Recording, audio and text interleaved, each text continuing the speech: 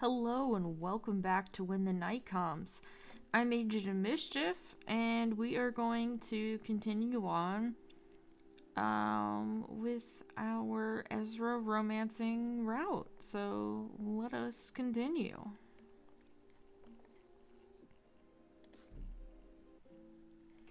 Strangely, I wake with a smile on my face. Despite meeting the thing that's been wreaking havoc on this town, despite the fact that it rendered me useless, I'm happy. Feels wrong, but I can't ignore the way that my chest aches when I think of Ezra. I laugh. I feel so much lighter somehow. But I can't shake the feeling of that thing staring me down and sizing me up. I think of all the creatures I've encountered in my time as a hunter, and I almost feel like there's something I'm missing. Is it a hybrid? A new species? We were always taught that it's unrealistic to believe that we've discovered every kind of creature that roams the earth. The realms that separates us from them can tear. Every day new horrors are brought upon us. But every single one of my instincts is screaming and telling me that this is different. That it's not going to be simple. With great effort, I drag myself from the relative comfort of my bed and stare out over a surprisingly sunny Lunaris. I take a seat at my desk and decide to take a moment to observe the stolen notes that Ezra had kindly handed over.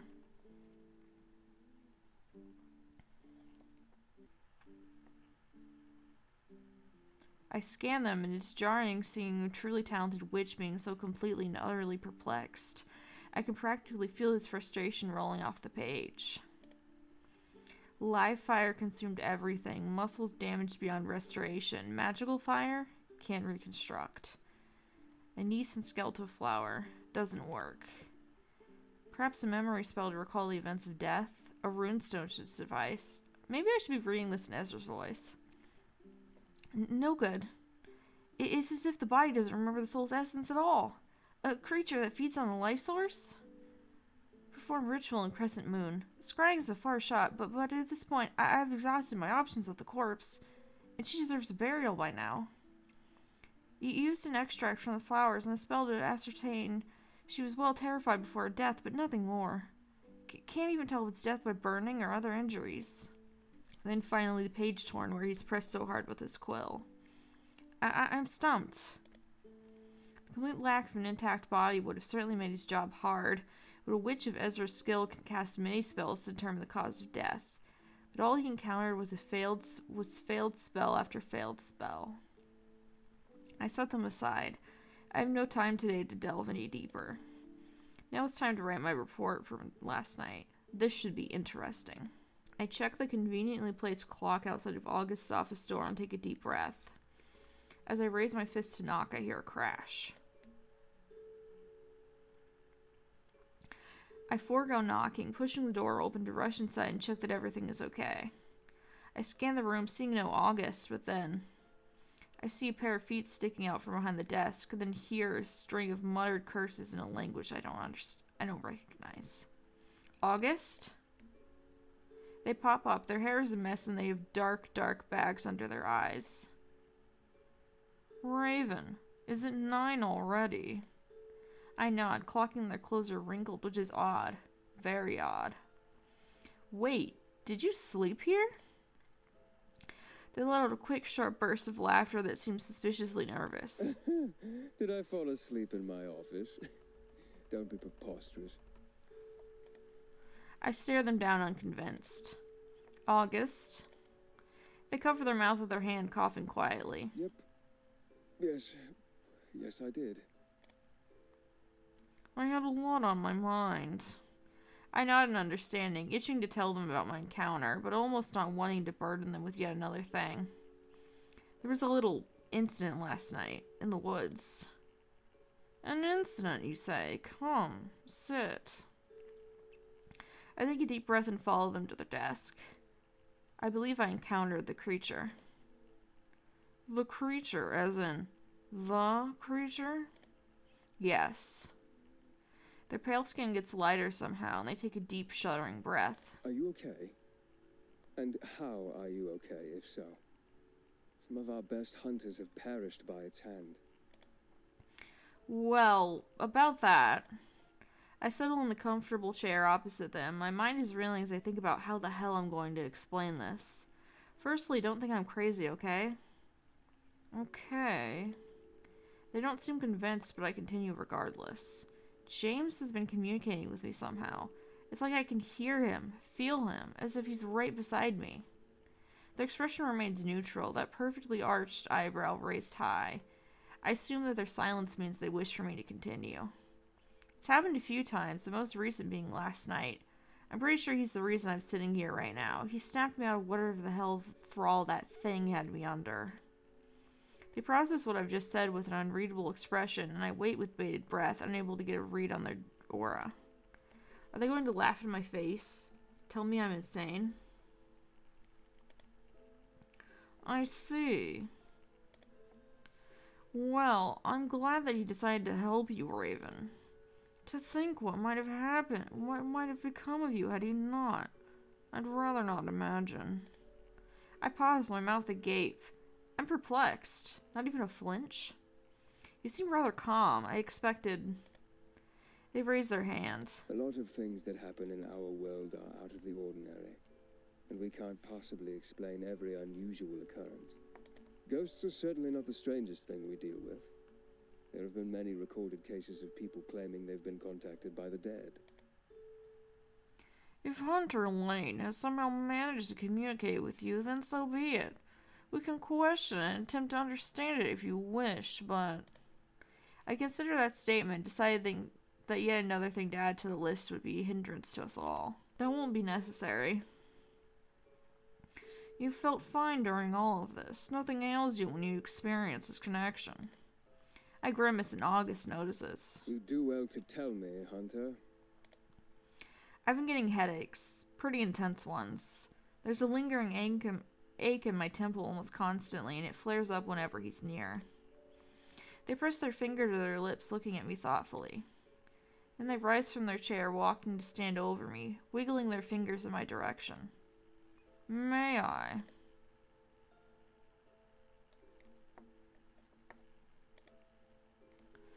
If you don't mind. I nod, trusting them to do what they have to do.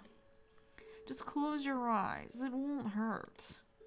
I oblige, and I feel a distinct crackle in the air, the smell of ozone thick in my nostrils.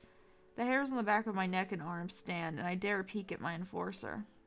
Their eyes are closed, too, their hands hovering carefully over my head and glowing a vibrant aquamarine. Closed. With a quiet grumble, I heed their instruction. A moment later, I hear them huff. You're fine. No damage detected. I open my eyes, watching them sit back against the desk. Thank you, August. I should imagine it's rather unnerving having that happen, though.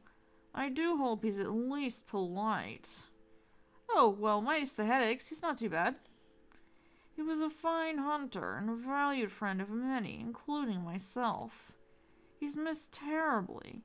Even more reason for us to bring this thing to the ground. I silently ponder the implications if the enforcers are involved with this.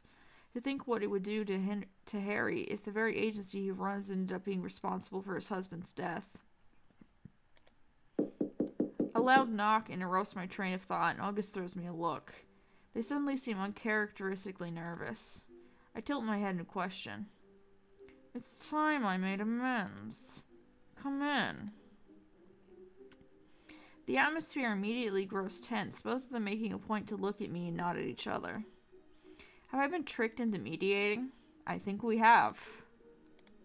Yes, apparently that's exactly what this is. I hear you have something to say to me. I let out a breath I didn't realize I'd been holding, thanking the stars that Piper is choosing to break the ice somewhat civilly. August clears her throat, rubbing their forefinger and thumb together. Seeing them unnerved is alarming. Yes, well, I wanted to apologize, formally. And for the first time. Yes, Piper, for the first time. If I could go back and change how I reacted, I would do it in a heartbeat. You didn't deserve any of this. And I'm sorry. She looks angry, but a little defeated. I imagine this isn't easy for her. It wouldn't be for me if I were in her shoes. You really hurt me, August. It will take time for us to get back to where we were. But Raven told me you really do wish to make amends and that you're on our side in all of this. So I accept your apology. Take however long that you need. Whatever I can do to make it easier, I shall. To prove to you that I mean it. Piper quirks a single brow, a smile creeping onto her lips. Well, I am not arm wrestling you ever again. I'd rather you drove a dagger through my heart, frankly. That's a bit drastic. Anyway, shall we discuss this plan of yours, Hunter Adventurous? The plan. General, you and Ezra will see the wards whilst Piper and I meet Finn in the catacombs. He'll escort us to the hidden entrance to the dungeons and be our lookout. There, Piper and I will enter and gather as much intel as we can for as long as you're able to stave off the protections. We'll then leave via the exit in the forest where we'll meet Finn again, making a hasty escape before anyone catches wind. In theory. Yes, in theory. August purses her lips, taking in the provided information. I see, and you're satisfied with this. That is achievable without any of us getting caught. Piper and I share a glance and she nods. I am, yes. Regardless, I think it's necessary. We cannot proceed with our investigation without seeing what they're keeping down there. Or what they're not keeping down there. This could change the whole investigation, August. Very well. I trust you. Both of you. I guess the next thing for us to do is to visit the witch, then. Piper tilts her head at them, her eyes wide, and August sighs deeply. Sorry. Ezra. Well done, you're getting there. Just try it without the attitude next time, yeah? I'll wait for you at the entrance to the Casimir and to the catacombs come nightfall.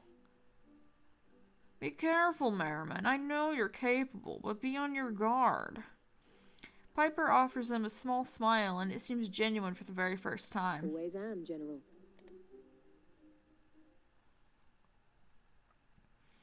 The shop is quiet, much like August as they stand stoically by my side.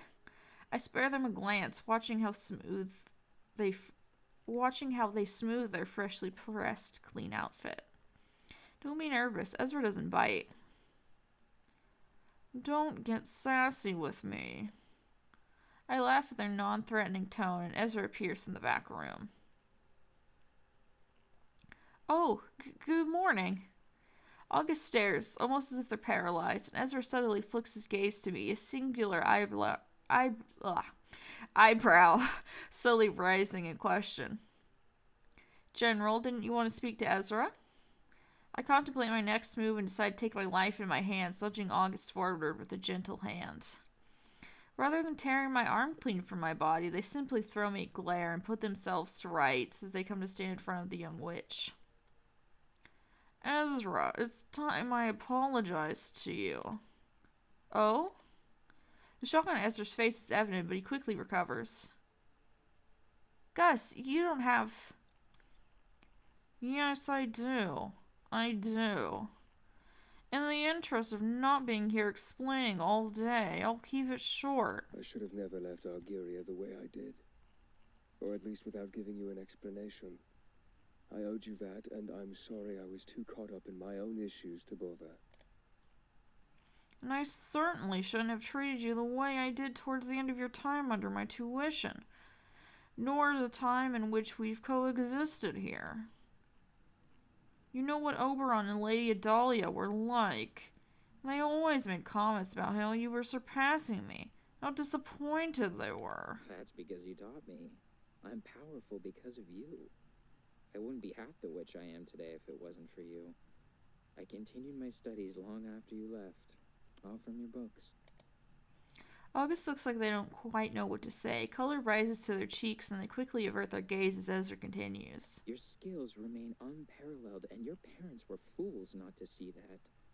I still look up to you and could still learn from you. My healing is still something to be desired. Well, you can't be good at everything. They share a smile and August looks like a different person. They stand a little taller, like a huge weight has been lifted. Making amends suits them.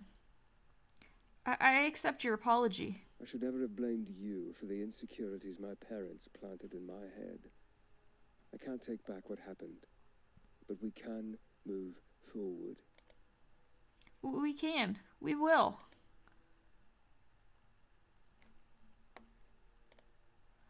What was it like growing up in Algeria? Incredibly boring, but enchanting nonetheless. Perfectly summed up. There was nothing very special about it, but it was strangely charming. The only interesting thing to do there was to learn magic. Witches would flock there to learn at the academy August's family ran. Some of the finest witches in all of Escria taught there, including Gus. Ezra becomes wistful, a fond smile crossing his lips. August, less so. True to their nature, though, they roll their eyes at the compliment. I'm hardly one of the finest. Liar. I was honored to have you as my guide, no matter what you say. My family couldn't afford the tuition, but Gus saw something in me and took me under their wing anyway. I fondly remember the look on your mother's face when you told her you would tutor me free of charge.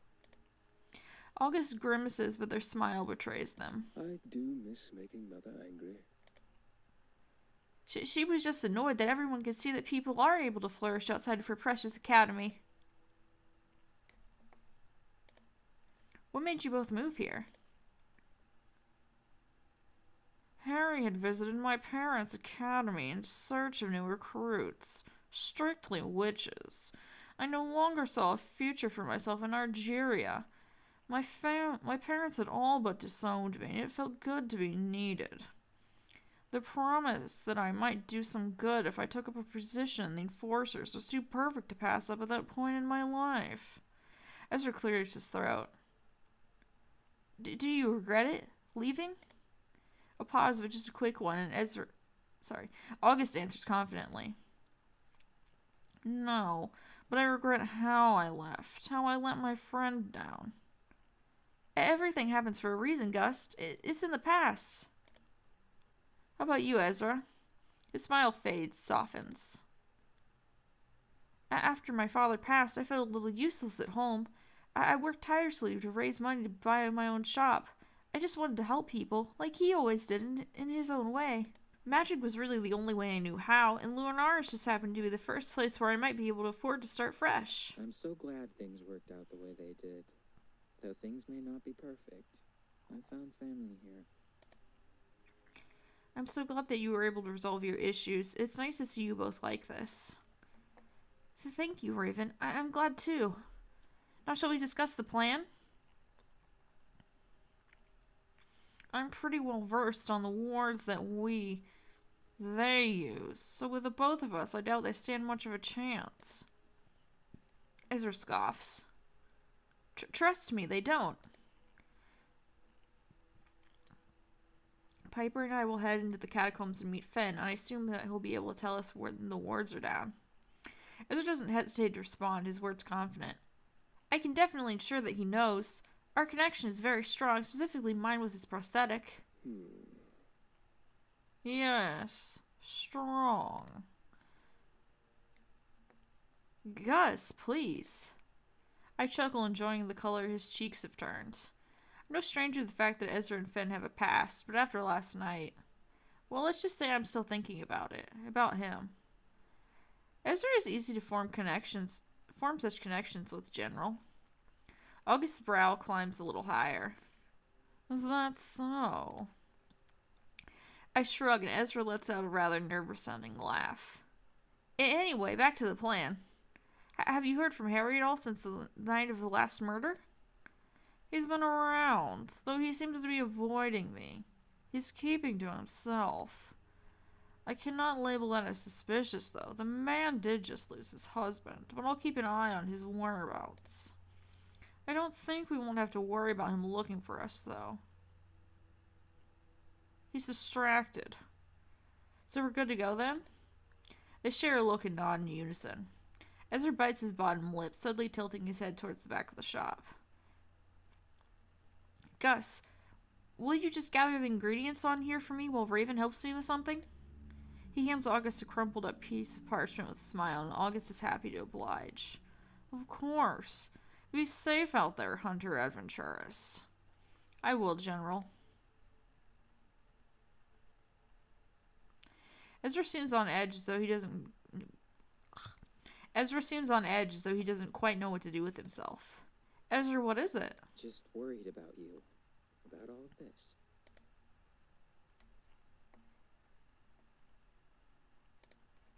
Everything is going to be fine. I've got all of you looking out for me.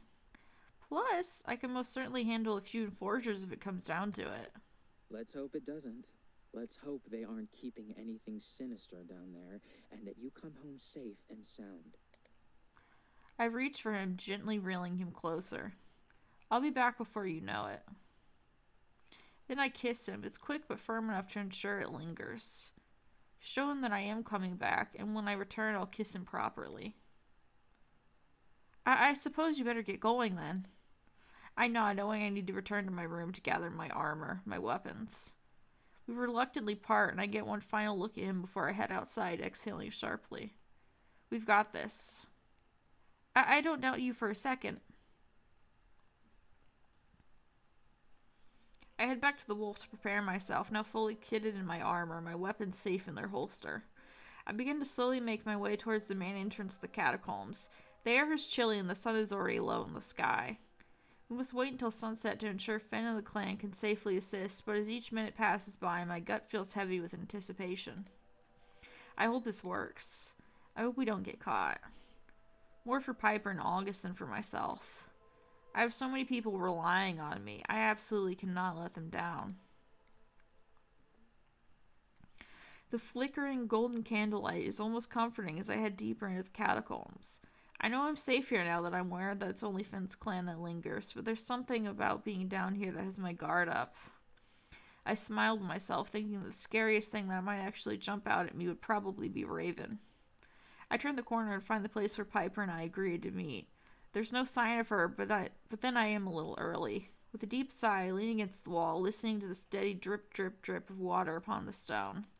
Then Finn appears before me as if out of thin air. Again, want that coat. Good evening. I greet him with a smile, pleased to have some company. Hello, Finn. Merriman late? Or are you just a stickler for being on time? I shrug, pushing away from the wall. The latter. I doubt Piper is ever late. The grin that crosses his face tells me otherwise. Oh, you'd be surprised. I could tell you some stories that involve too much rum and... He stops rolling his eyes. Maybe another time. Piper emerges from the shadows, her eyes carefully fixed upon Finn. Stop telling stories, Casimir. Can't a lady be hungover once or twice in her lifetime? Finn throws his head back and laughs heartily, clutching his stomach. Once or twice, sure. Let's not get too deep into unsavory tales, shall we? He quickly straightens up, his smile fading. I'm sorry I can't make her voice consistent. The way his eyes widen tells me I definitely do want Piper to get into such unsavory tales. Alas, maybe at a more appropriate time. Remind me to take you to the tavern for a drink, but we should really get a move on. Piper nudges Finn as she passes, winking at me as we fall into step, him trailing quietly behind us. We'll save it for when the sun is out. Can't stop me then, can he? As we head deeper into the tunnels, everything feels different. There's no longer that comforting golden glow, the jagged stonework now illuminated by unnervingly still vibrant blue mage light. Piper's demeanor changes, and I hear Finn pipe up behind us. You're not in my territory anymore. Stay alert. Then he suddenly stops in front of us, bringing us to a halt. Wait, stop here. I can feel the barrier. It's close. So now what? I stare at Finn's prosthetic, the etchings glowing but still dull. We wait for Ezra's signal. We stand in silence and Finn begins to shift where he stands. It seems unnatural for him to look so nervous. Casimir, you don't stand still. He huffs, clearly frustrated. Fierro, you will look for him, won't you? Piper narrows her eyes, but her expression quickly softens when she looks at me. We'll look for him. We will. Thank you. I know you may not be able to free him if he is there, but just tell him we'll get him out, whatever it takes. Then Finn's arm begins to thrum, the markings coming to life and illuminating the tunnel. He looks down at his glowing palm, flexing his fingers, and he smiles. It's go time. Let's do this. Be careful, both of you. And listen out for my signal from the forest exit. I'll alert you the second you need to get out. See you on the other side. You watch him leave and he disappears into the darkness. Well, let's find out what those bastards are hiding, shall we? I sigh, wondering what we do if we find nothing. If this is all a dangerous waste of our time. If anything. Piper scoffs, nudging me in the ribs with her elbow. It's all right. If we come up short, we'll just go back to knowing fuck all. Comforting, really comforting. Surprisingly, or maybe not, the entrance to the dungeons remains unguarded, and that unnerving yet familiar blue mage light guides her away. Piper eagerly rushes towards the first empty cell, eyeing the small, frail, fey-like creature that's huddled in the corner. She picks up the clipboard that rests in a wooden holder beside the door. I remember you. Not one of my catches, but a good one. The Fae lifts her head, smiling and exposing a row of shining, razor-sharp teeth. She snickers, the sound more of a hiss than a laugh. We move to the next, doing the same, checking the paperwork. A demon this time, its power subdued by the enchanted cuffs that anchor it to the wall. Piper scoffs, clearly unamused as we make our way down the row, finding no hunters, no Aya. Bullshit! She has to be down here somewhere. Eventually, after what feels like forever, we find a cell that piques Piper's interest. In the shrouded darkness, I see a single crimson eye staring back at us, and the figure cautiously approaches. He looks gaunt for a vampire, his clothes hanging off his slender frame, his cheeks drawn and cut far sharper than what the beauty of his immortality may have already afforded him. Piper surges forward, curling her fingers around the thick iron bars. Fierro, what have they done to you? Fierro. I don't remember what voice I did for Fierro last time. Piper, what are you doing here? His voice is deep. I try and fail to get a read on his aura. Oh, you know, just taking a stroll. What do you bloody think? His bright gaze flicks to me and he shakes his head, his blank expression unchanging. You'll get no reading from me, Hunter. Then I remember he's an empath, skilled in both masking his own emotions and reading others. I wonder just how powerful he is. Finn and the clan have been looking for you. He blinks, his movements groggy. I don't doubt that. Please tell them not to try and break me out. I've no doubt that Finnegan will be dramatic when you tell him of my whereabouts. Of course he will. Piper grabs his notes, tutting loudly. She scans the page. Oh, Fierro. Unsanctioned feeding on an enforcer. Resisting arrest. You naughty boy. You know that's not true. They appear to have set me up quite beautifully. Why you? What happened? His stillness is unnerving after being around vampires like Finn. Vampires who do an excellent job of fooling you into thinking they're at least a little bit human.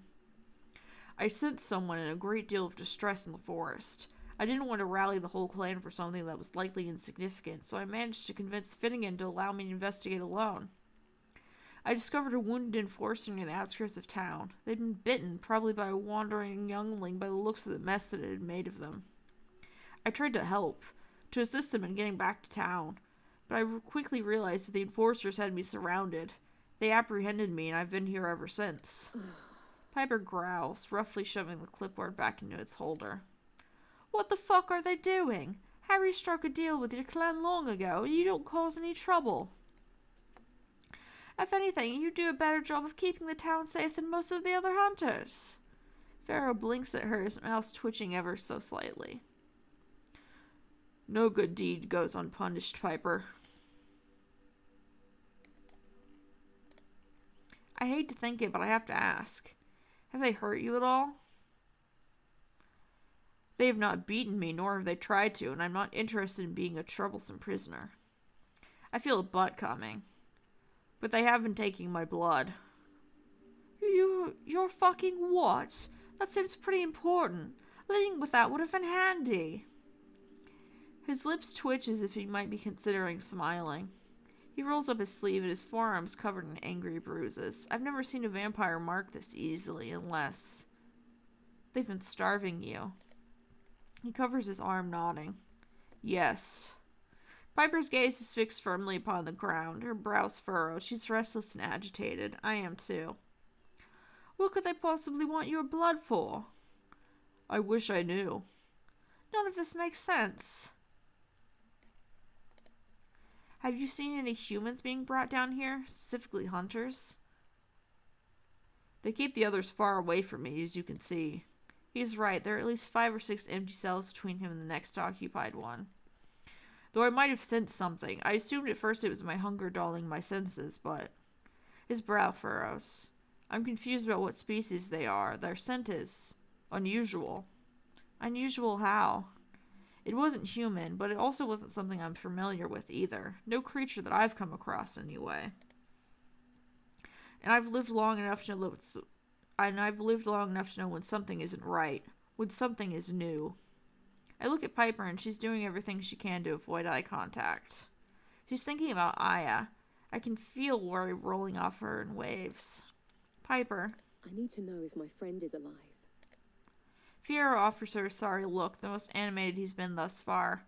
I suspect that he can feel her pain and her anger. I wish I could offer some clarity, but I cannot. All I know is that your enforcers aren't that honorable agency that they claim to be. Aren't the honorable agency. Something dangerous is afoot. She visibly deflates, her shoulders sagging and her balled fists relaxing. What are they doing? I've dedicated my life to these people, so have you. I nod a lump in my throat. I feel sick, everything inside me screaming, telling me this is all wrong. If Aya has been here, there'll be a trace. There has to be. You're right, we should keep looking. I clutch the bars, getting closer to Fierro. I can't set him free right now, not when we don't know how much time we have, but I won't leave him here to wither and die. We'll get you out of here. Soon. Somehow I don't doubt that, Hunter. Piper tugs at my sleeve. We may not have much time. Fierro quietly sinks into the darkness of his cell, and I watch him settle upon the ground. It pains me to leave him, but I know he'll be okay. He survived Levi. He can survive this. We find the warden's desk and rifle through the drawers with haste, and Piper gasps as she sets her sights on a bundle of prisoner manifestos, the type that should be outside the cells. These are incomplete. Why are they all tucked in here? She reads them quickly, her eyes frantic as she scans the messy writing.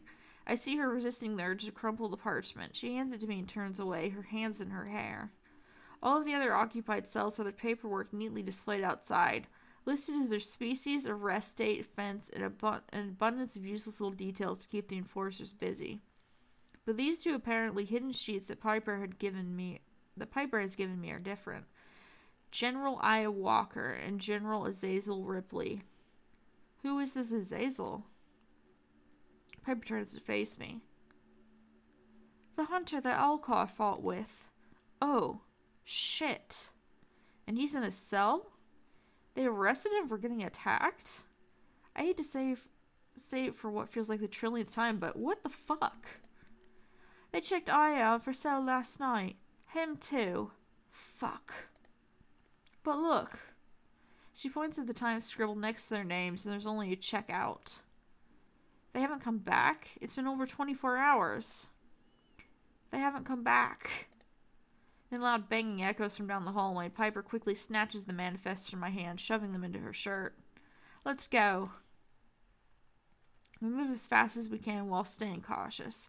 Finn has signaled us for a reason, be it an enforcer guard approaching or the wards being recast. Either way, we need to get out of here. We heard muffled voices drawing nearer and quickly flatten ourselves against the wall, but we're not hidden. The forest exit is in sight, our escape. Piper turns to look at me. It's your call, General. Piper waits patiently while I decide, trying my hardest not to waste time. If we run, we might alert them to our presence. If we don't... I close my eyes, shutting everything else out around me. I can hear them, two people seemingly not aware of our presence. Yet Casual conversation. Footsteps drawing nearer, but from the dungeon entrance, far away from us. I open my eyes and hold up my hand, signaling for Piper to wait. We can make it. I know we can. I shake my head, listening, waiting. Their voices grow quieter, footsteps upon a staircase, and then they're gone. Go. Now. We step forward, pushing open the heavy door with ease. Cool, crisp air hits my face, and I spot a tall figure waiting for us. You made it.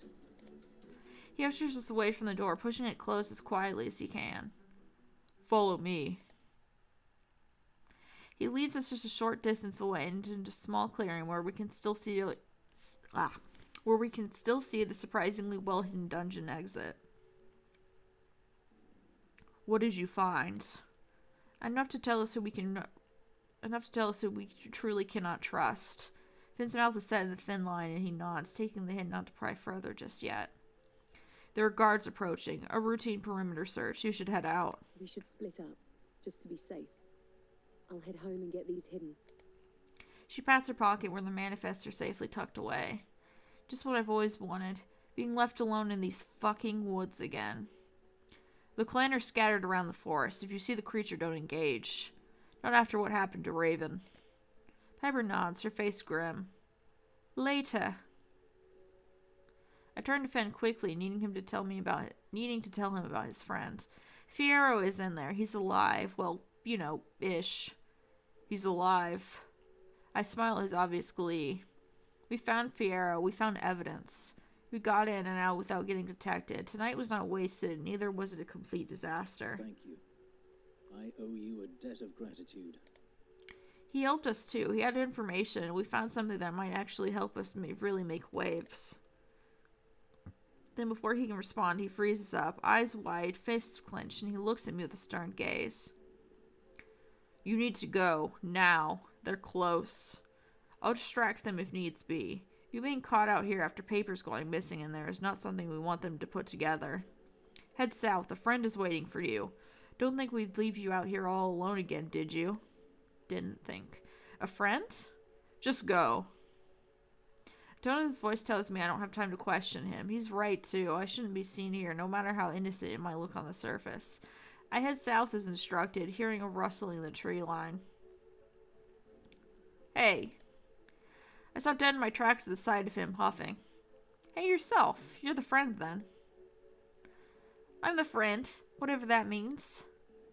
Come on, follow me. Keep up.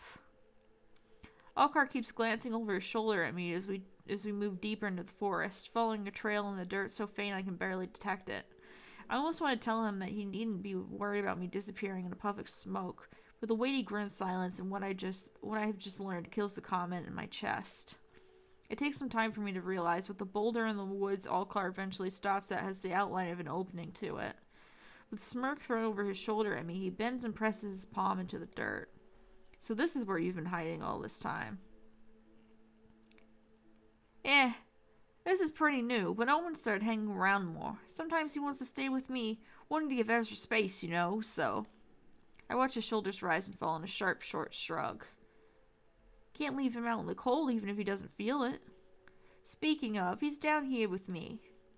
The final grunt, Alcar slides back what seems a patch of grass and dirt. The entrance is disguised impressively convincing. He reveals a narrow stone staircase leading down under the earth. I come to stand next to him, peering into the abyss. Not that it is dark down there. I can see the dim glow of a fire, and I can tell it's warmer down there than up here. Ezra's a miracle worker, huh? And Finn. You won't believe what a clan of vampires and a witch with a desire to nurture you at any given opportunity can do once they put their minds to it.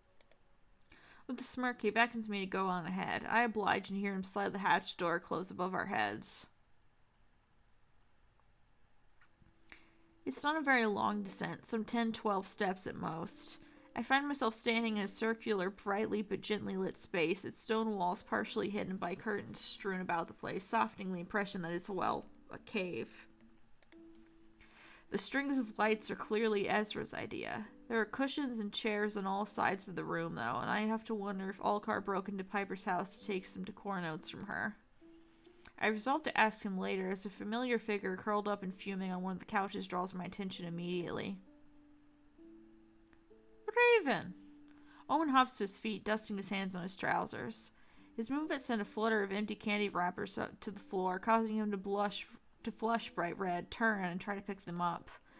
Alcar snorts as he comes to sit down next to Omen. Well, next to where Omen just vacated. He waves a careless hand.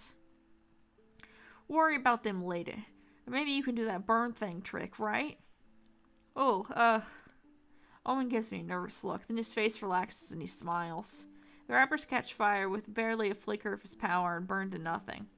It's the first display of his power Omen has showed me, as he sits back down and picks up a cushion to hug. I think he's more relaxed than he's ever been. Alcar gives him a pat on the back and grins, gesturing towards me. See? It's all right. Yes, of course. Omen turns and regards me for a moment. Then he smiles, shy but soft and relieved. I find myself feeling the same, whether or not I can move my facial muscles to mirror his. Glad to see you here. I was getting worried.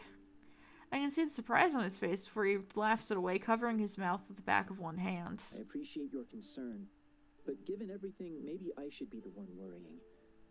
I was, actually, but... Omen glances to the side, sheepish. Beside him, Alcar is mouthing something. Spat with his sister.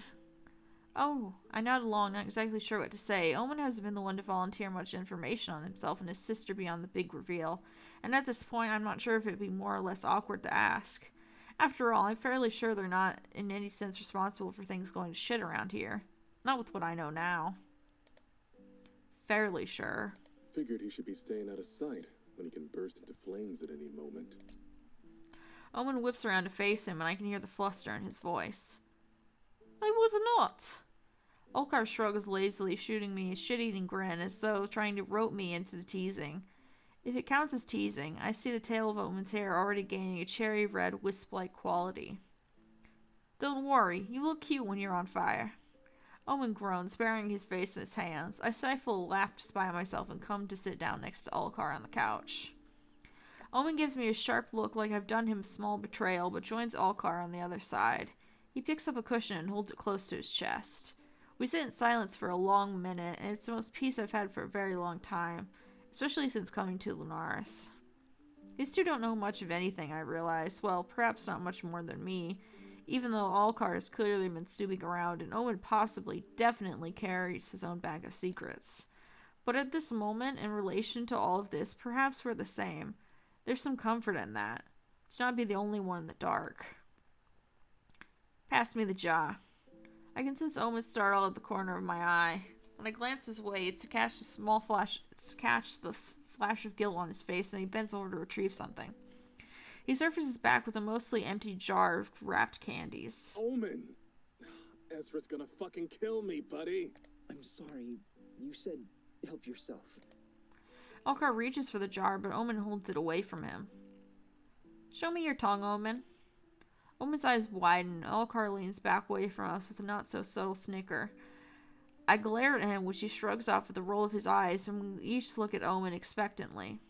The son of Satan takes a sharp breath and sticks his tongue out at me, just enough to mock. I think you should take your allergy seriously. Well, I think demons ought to be allowed to take their indulgences seriously. Alcar laughs then, open and full of mirth, and not like any sound I've ever quite heard from him before. He ruffles Omen's hair, then gives his long ear a slight tweak. That's how you show him attitude, yeah? See? You're learning. From the best, I gather. Omen blinks and laughs too, an awkward chuckle that he tries to stifle behind a hand. Alcar's wolf ears relax, and I see his face soften to something very bright and very fond. You two are outrageously cute. It's almost comical how quickly they separate. Omen almost hops off the edge of the couch with the speed of his retreat. His face and hair turn bright red.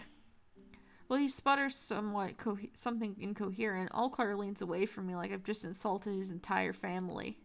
Interesting. Never say that again.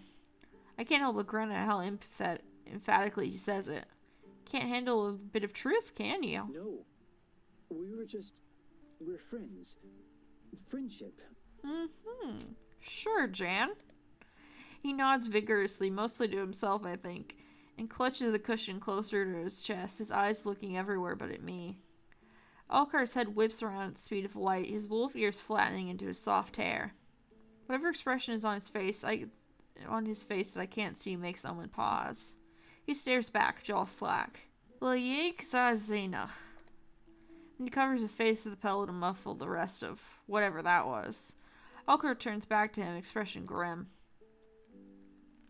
Now look what you've done. He's fucking steaming. Owen smacks Alkar's knee hard, at which point I decide, and the two of them ought to be grateful for my graciousness, that it's perhaps safe and time to leave. Chuckling, I rise from the couch and take a step away, putting some good much-needed distance between the pair and the mess they're quickly falling apart in. All right, you two win. Alkar gives me a narrow-eyed look. Interestingly enough, I see his fluffy tail curl around Omen almost protectively, and Omen's own tail wraps around the fur, twisting in. Coincidence? I don't think so. But saying so might get a half lycan at my throat. At least, I gather as much from the way Alkar's shoulders are tense, so I keep my mouth shut. Likely he would do me no harm, but even so. Besides, staying right here affords me the best view of this mess. I cross my arms, fighting the amusement down. Of all the revelations in this town, this is the most welcome one yet. I'd better head out then. Shame, but stay safe and all that. Not that you need that Chad, big and strong as you are. Good night. Alcar glowers at me, but I distinctly hear no further protest from him. I head straight for the shop when I leave the forest without incident, remembering my promise to Ezra in August, that I'd let them know I was safe. I push the door open and spot Ezra and Finn in a somewhat heated debate. They both straighten up when they see me, Finn apparently too distracted to anticipate my arrival. His eyes are wide for a moment before he settles back down into that implacable stillness. Oh, you're back. We were getting worried. He steps towards me, leaving Finn where he's apparently stuck in place. Finn said you found Fierro? I'm so relieved. Yes, Fierro is alive. We should get him out of there soon if we can. They aren't exactly treating him with kindness. I look at Finn, anticipating an outburst. It'd be justified. They've been taking his blood and starving him. What for? What could they possibly need with his blood? I see a hint of black flicker on the whites of his eyes, the first time I've witnessed his poised facade wavering, a glimpse of the creature that lingers within him. Ezra reaches out and lays a hand upon his arm, a warning. It works, calming whatever threatens to surface. I'm sorry, I didn't mean to. Well, we'll get him back. You know we will. Finn pulls his arm away, the movement a little too quick to be anything other than agitated. There's a clear and unusual tension between them tonight, something I can't quite place. I seem to be collecting secrets quite efficiently lately, so it can't hurt to try and pry another and help diffuse whatever this is. Are you two okay? Finn almost looks straight through me. Ezra's eyes widen, but he recovers quickly, his smile strangely earnest. What do you mean? I don't mean to interfere, but you both seem so tense. Is something wrong? We just had a little disagreement. It happens, especially with all of this going on. Ezra's gaze snaps to Finn, eye contact fixing and holding before Finn exhales sharply, apparently willing to be a little bit more open than the witch. With everything that has happened, I made the decision that I would be more mindful and keep my distance from Ezra. Him being seen with me made the enforcers make his life a living hell, which he will vigorously deny. Ezra opens his mouth to protest, but Finn pointedly continues. He softens then, a fond look in his eyes as his gaze flicks between us. You cannot live your life with him breathing down your neck. I know what they do to people who they feel threatened by, or who they'd like to use as a scapegoat. Look at Fierro. You hold knowledge from working with them. They're scared of you. I refuse to stand by and let those I care about get hurt. I've had enough, and if staying away helps them get off your back, helps protect you, then so be it. I see a flaw in his logic, however thoughtful his explanation might seem. Don't you think you're stronger together, that we're all stronger together? I know he means well, but from being in Lunaris and being around this weird and wonderful little family that I've joined, I've come to see that strength really is better in numbers. Using logic, I roll my eyes, hoping he sees my point. I understand where you're coming from with this, but in such a situation, don't you think it's better to take some risks? Being away from those you care about truly only does more harm than good. Your presence gives them strength, and you face the consequences together. Finn, you're expecting to be everywhere and nowhere at once, and we're all taking risks here. Exactly. Please tell me you see at least how much better we are with you around, as part of this unit. He looks to the side, a brighter smile forming before he turns his gaze to us. I've lived a long time. I may be just a little overly cautious, but yes, I see.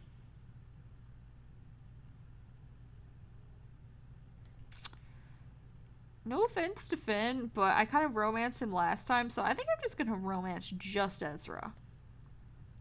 You seem to care about one another a great deal. I hope I've helped. Ezra bites his lip, fiddling with his sleeve. Well, I'm used to having so much company, being surrounded by those that I love. Maybe next time I'll romance both of them together. From that to whatever this is has been hard. I do care. It brings me immense comfort to know that you have someone now. That you have Raven. Ezra looks at me, his smile bright. He holds out his hand and I willingly go to him. Finn watches proudly and everything feels a little lighter. So no more skulking off into the shadows, got it? Yes, yes. Good. Annoyingly and embarrassingly, I feel a yawn brewing, unable to stifle it. My fatigue suddenly catches up to me, and I find two pairs of wide eyes staring at me. Tired, are you? Ezra snorts, squeezing my hand and tipping his head towards the door. Come on, I'll walk back to the wolf with you. You don't have to, really. I want to. I'd like to say goodnight to you. Properly. Finn groans, tucking his hands in his coat pockets and already moving towards the back door. I'm going. We've had enough sappiness for one evening, don't you think? Good night, Finnegan. Finn bows graciously, if not a little dramatically, offering us a devilish smirk. Good evening, both. Let me just grab my coat and we can go, okay? The wolf is bustling tonight, and Ezra and I enter without drawing anyone's attention. We sit close as we head for the bar, and Ezra grabs my hand, tugging me to stop. You need to rest and lay low. We should just head upstairs. I wholeheartedly agree. Yes, let's. We both breathe a sigh of relief as the door clicks shut behind us, and Ezra's eyes are curious as he takes in my room. It's a lot nicer than I expected. You know, for the wolf. I shrug and make my way over to the bed to take a seat. It'll do. I've definitely had worse. Yeah, I suppose you have. I sometimes forget that you move around so much. Feels a little like you've been here forever. He takes a seat beside me, our legs touching. With little thought, I take his hand. Our fingers wind together, and Ezra smiles softly. It helps that I have you and the others. Thank you for bringing us all together again. Feels like a weight has been lifted. I know it'll take some time to adjust, but it's all thanks to you. We sit in comfortable silence for a little while, nothing but the muted sounds of laughter and glasses clinking coming from the tavern downstairs. Ezra shifts beside me with a heavy sigh. I should head home. I really need to get the shop ready for tomorrow. He seems less enthused with the prospect, as am I.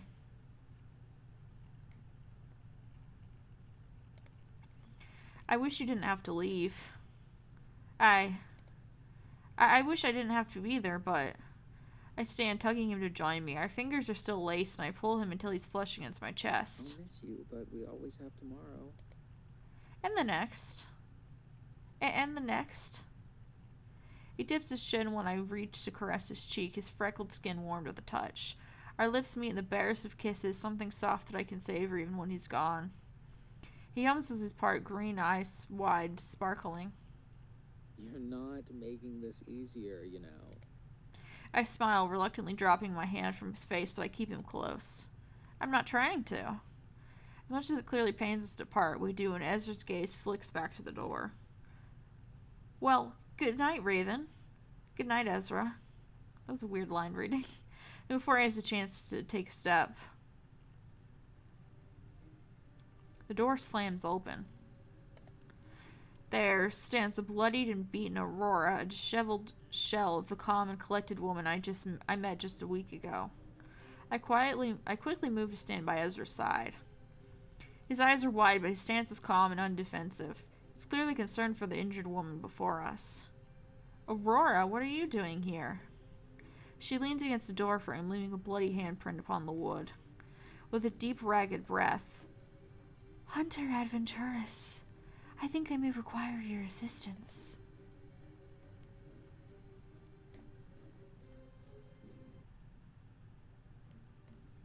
And that is where we will end things for now. Thank you all so much for checking out this series, this video, this game, this channel. If you've been enjoying this game, my commentary, my reading of the story, what have you, it would be real swell if you could hit those like and subscribe buttons. Maybe leave a comment if you're feeling generous. And I will see you all in the next video. Goodbye.